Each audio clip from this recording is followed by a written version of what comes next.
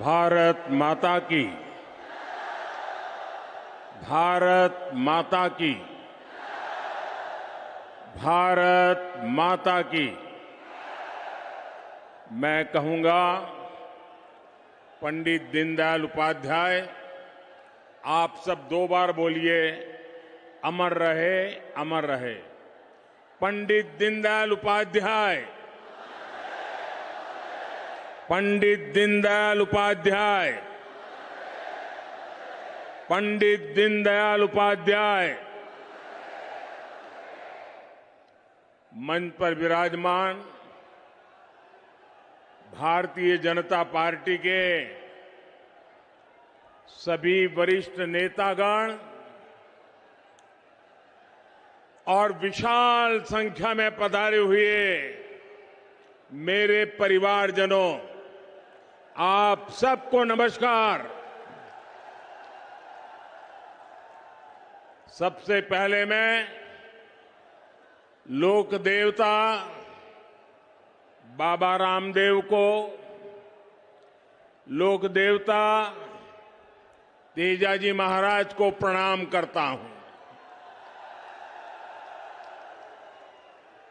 आज जल जुलनी एकादशी का पवित्र दिन भी है। यहां सभा स्थल पर ही भगवान बजरंगबली भी हमें आशीर्वाद दे रहे हैं। लाखों लोगों की आस्था में ये आस्था के केंद्र गोनेर में स्थित लक्ष्मी जगदीश महाराज के मंदिर को मैं आदरपूर्वक प्रणाम करता हूं। साथियों, गुलाबी नगरी में इस भव्य आदर सत्कार के लिए मैं राजस्थान की जनता को नमन करता हूं। आज दीनदयाल उपाध्याय जी की भी जन्म जयंती है। ये हमारे श्रद्धेय भैरों सिंह शेखावत जी का भी शताब्दी वर्ष है। हम आज भी उनकी प्रेरणा से आगे बढ़ रहे हैं। साथियों, राजस्थान के लोगों ने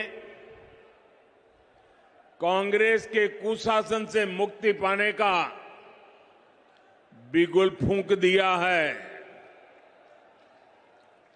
पिछले 5 साल जिस तरह की सरकार कांग्रेस ने यहां पर चलाई है, वो 0 नंबर पाने की हकदार है।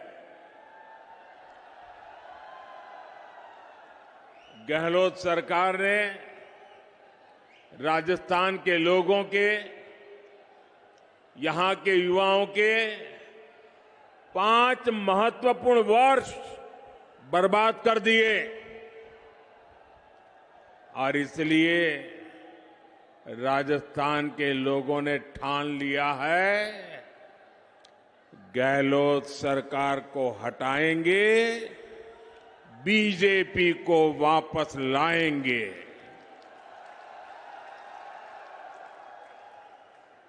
मैं साफ देख रहा हूं, राजस्थान में अब परिवर्तन होके रहेगा। राजस्थान के कोने कोने में जो परिवर्तन संकल्प यात्राएं भाजपा ने निकाली है, उन्हें बहुत जन समर्थन मिला है। ये साफ संकेत है कि राजस्थान का मौसम बदल चुका है। मैं राजस्थान के हर भाजपा कार्यकर्ताओं को और राजस्थान की जनता जनार्दन को इन सफल यात्राओं के लिए बहुत बहुत बधाई देता हूं। मेरे परिवारजनों, आज मैं जयपुर ऐसे समय में आया हूं जब देश का गौरव नए आसमान पर है। आज पूरी दुनिया में भारत के सामर्थ्य की वाहवाही हो रही है। हमारा चंद्रयान वहां पहुंचा जहां दुनिया का कोई भी देश नहीं पहुंच पाया। G20 में भारत की सफलता से भारत के विरोधी देश भी हैरान है, परेशान है। भारत ने गणेश चतुर्थी के दिन अपनी नए संसद भवन से कामकाज शुरू किया है और नई इमारत में सबसे पहला काम भाजपा सरकार ने हमारी माताओं, बहनों, बेटियों को ही समर्पित किया है। अनेक दशकों से हमारी माताएं, बहनें लोकसभा और विधानसभा में 33% आरक्षण की आस लगाए बैठी थी। माताओं, बहनों की ये उम्मीद किसने पूरी की? माताओं, बहनों की उम्मीद किसने पूरी की? किसने पूरी की? किसने पूरी की? ये आप मुझे बताइए, किसने महिलाओं को आरक्षण दिलवाया? महिलाओं को आरक्षण किसने दिलवाया? आपका जवाब गलत है। ये मैंने नहीं किया है, ये तो आपके एक वोट की ताकत है जिसने करके दिखाया है। आपके एक वोट ने मुझे चुना और मैंने आपकी सेवा की गारंटी दी। आज आपकी ये गारंटी मैंने पूरी कर दी है। मैं राजस्थान अनेकों बार आया हूं, मैं कह सकता हूं अनगिनत बार आया हूं, लेकिन इतनी बड़ी तादाद में माताएं, बहनें आकर के आशीर्वाद दे, ये अपने आप में मैं आप सब माताओं का इतने आशीर्वाद देने के लिए, आने के लिए हृदय से बहुत बहुत आभार व्यक्त करता हूं। और मैं जब अंदर आ रहा था तब मैंने देखा जितने लोग अंदर है उससे ज्यादा बाहर है। साथियों, याद रखिएगा, भूलिएगा मत, याद रखिएगा, मोदी यानी गारंटी पूरा होने की गारंटी। मेरे परिवारजनों, गरीब के पास स्वाभिमान होता है। गरीब मेहनत करना जानता है। मैं जिस घर से निकलकर यहां आया हूं, मेरे पास करने के लिए सिर्फ और सिर्फ मेहनत है, सिर्फ मेहनत है। इसलिए मैं पूरे परिश्रम से आपकी सेवा में, अपने देशवासियों की सेवा में पूरी तरह जुटा हुआ हूं। इसलिए मैं जो कहता हूं वो करके दिखाता हूं। इसलिए मेरी गारंटी में दम होता है और ये मैं सिर्फ हवा में नहीं कह रहा हूं, बल्कि बीते 9 वर्ष का मेरा पूरा ट्रैक रिकॉर्ड यही है। वहां मेरा आप सबसे प्रार्थना है, अब पेंडोल में कहीं जगह नहीं है, कृपा करके वहीं रुक जाइए।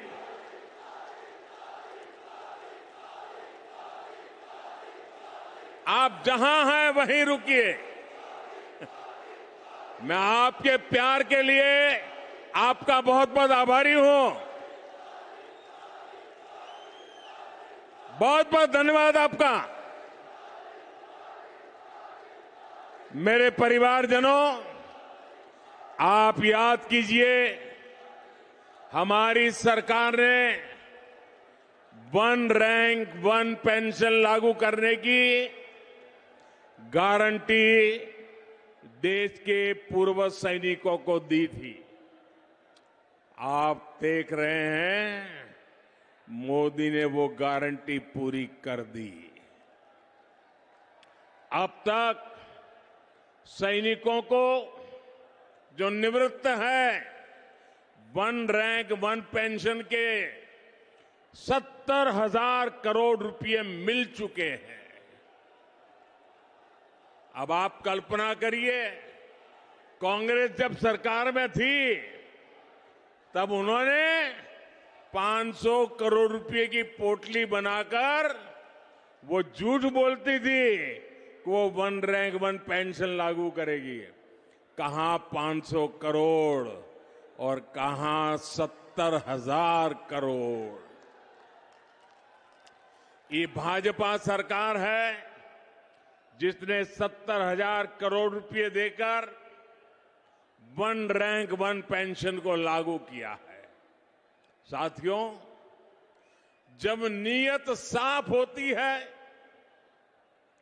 जब खुद पर भरोसा होता है, तो गारंटी पूरी करना सरकार की पहचान बन जाती है।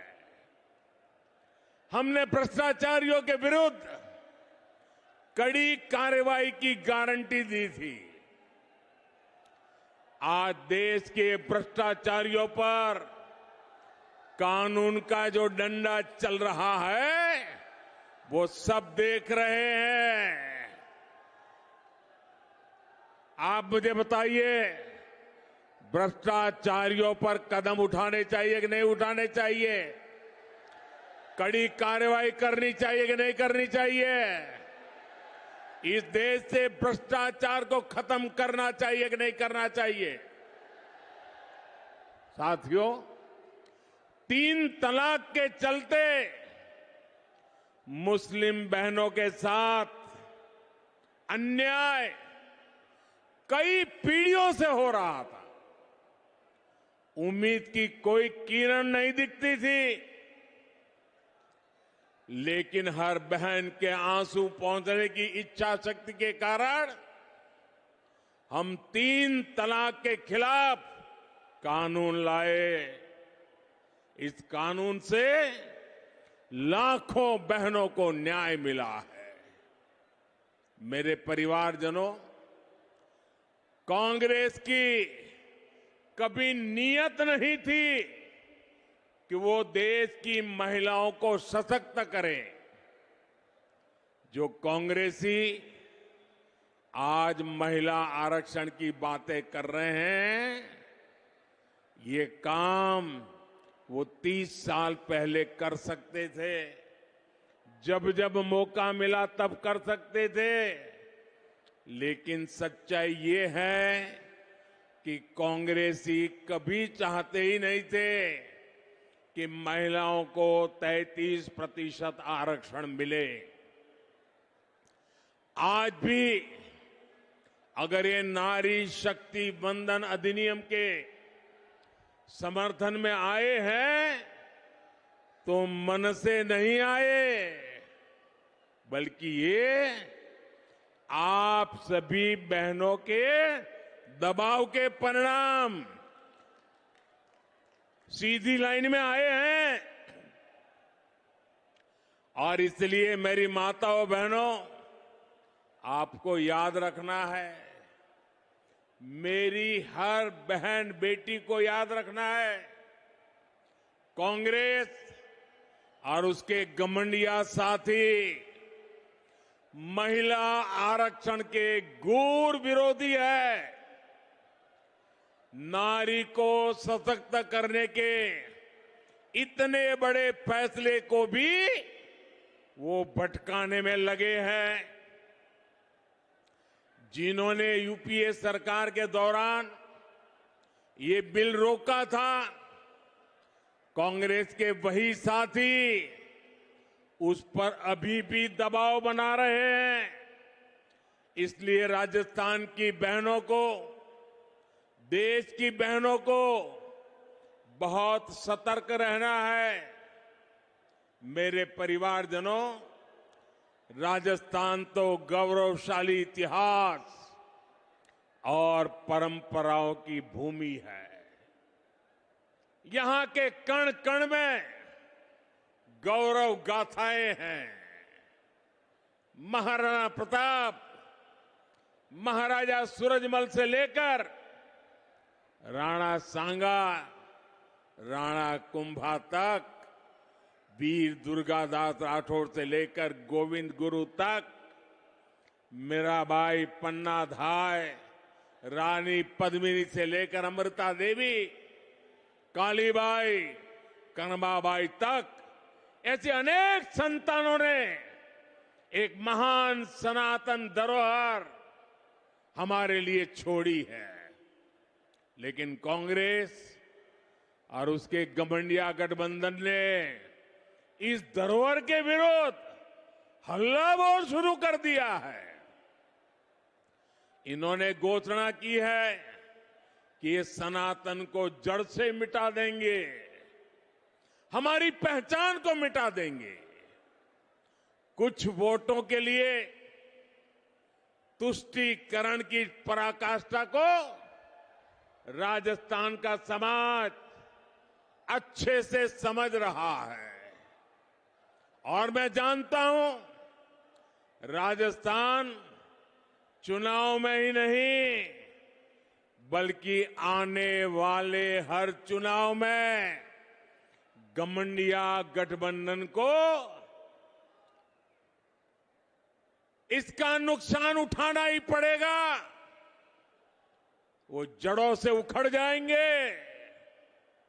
मेरे परिवारजनों, राजस्थान के हर क्षेत्र में कांग्रेस की सरकार के विरुद्ध जनाक्रोश बढ़ता जा रहा है। यहां की कांग्रेस सरकार युवाओं को अवसर नहीं, बल्कि सिर्फ धोखा दे सकती है। राजस्थान में जितनी बार पेपर लीक होते हैं, वो हर बार पूरे राज्य को शर्मिंदगी से भर देते हैं।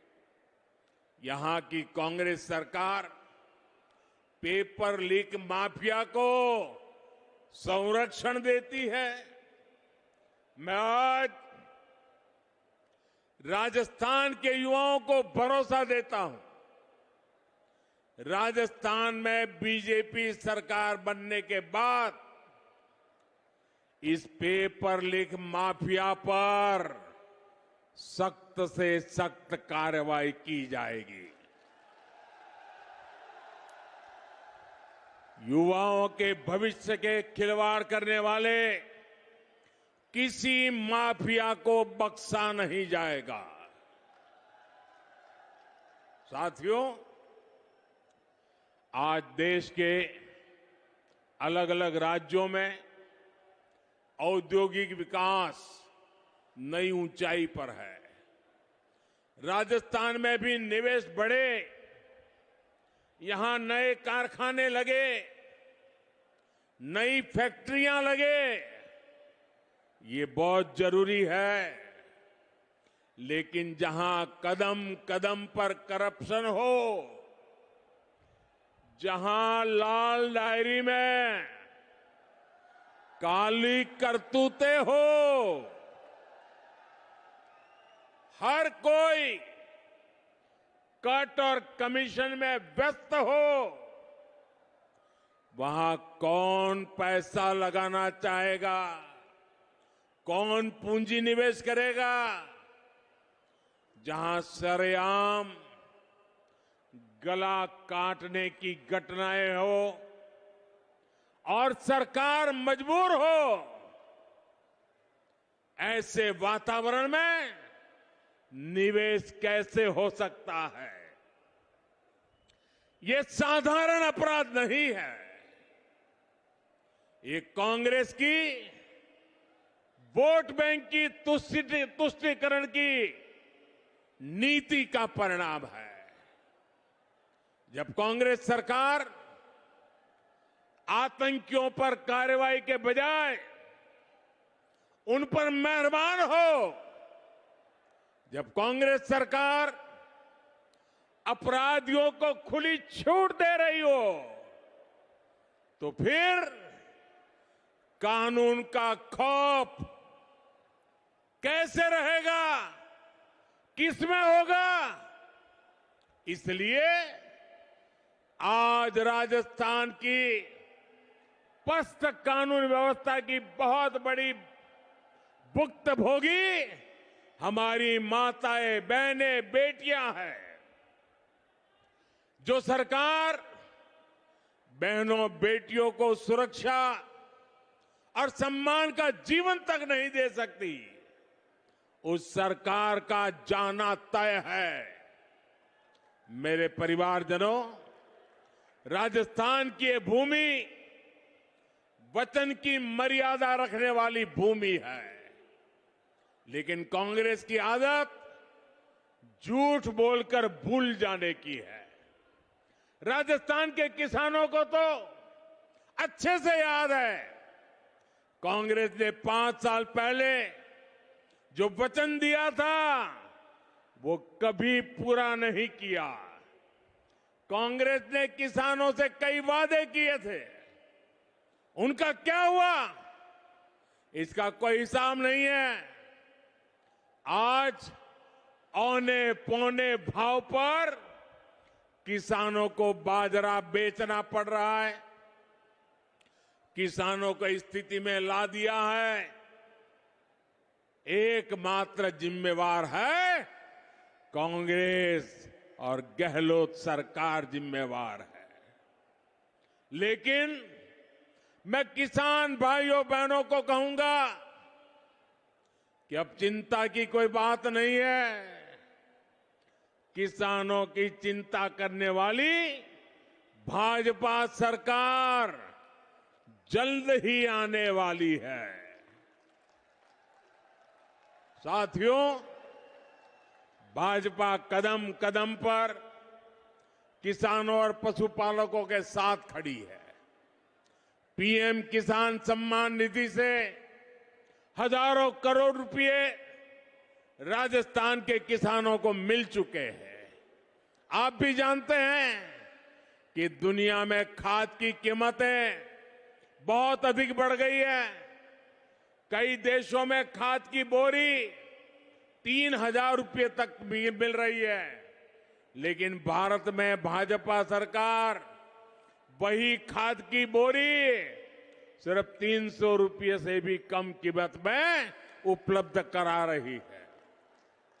साथियों, भाजपा सरकार ने अपने कारीगरों, अपने शिल्पकारों, हमारे विश्वकर्मा साथियों के लिए एक बहुत बड़ी योजना शुरू की है।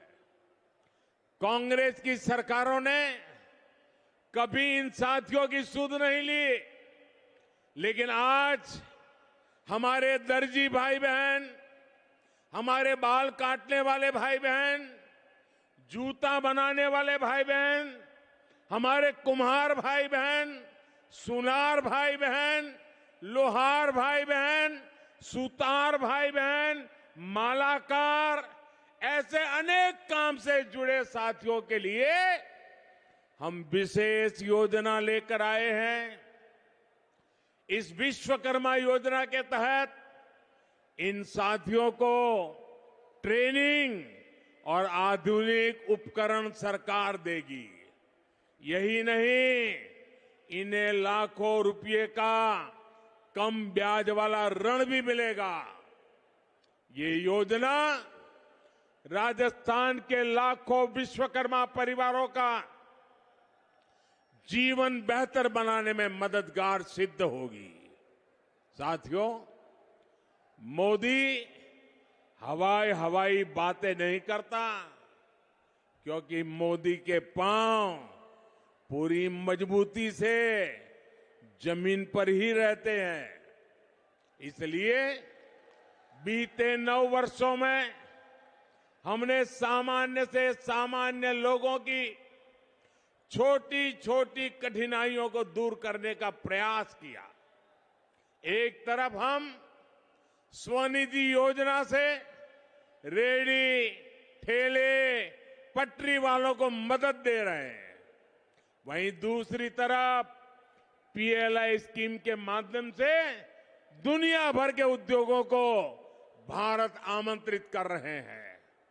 आज हम मुद्रा योजना से करोड़ों छोटे छोटे उद्यमियों, महिला उद्यमियों, दलित पिछड़े समाज के साथियों को सपोर्ट कर रहे हैं।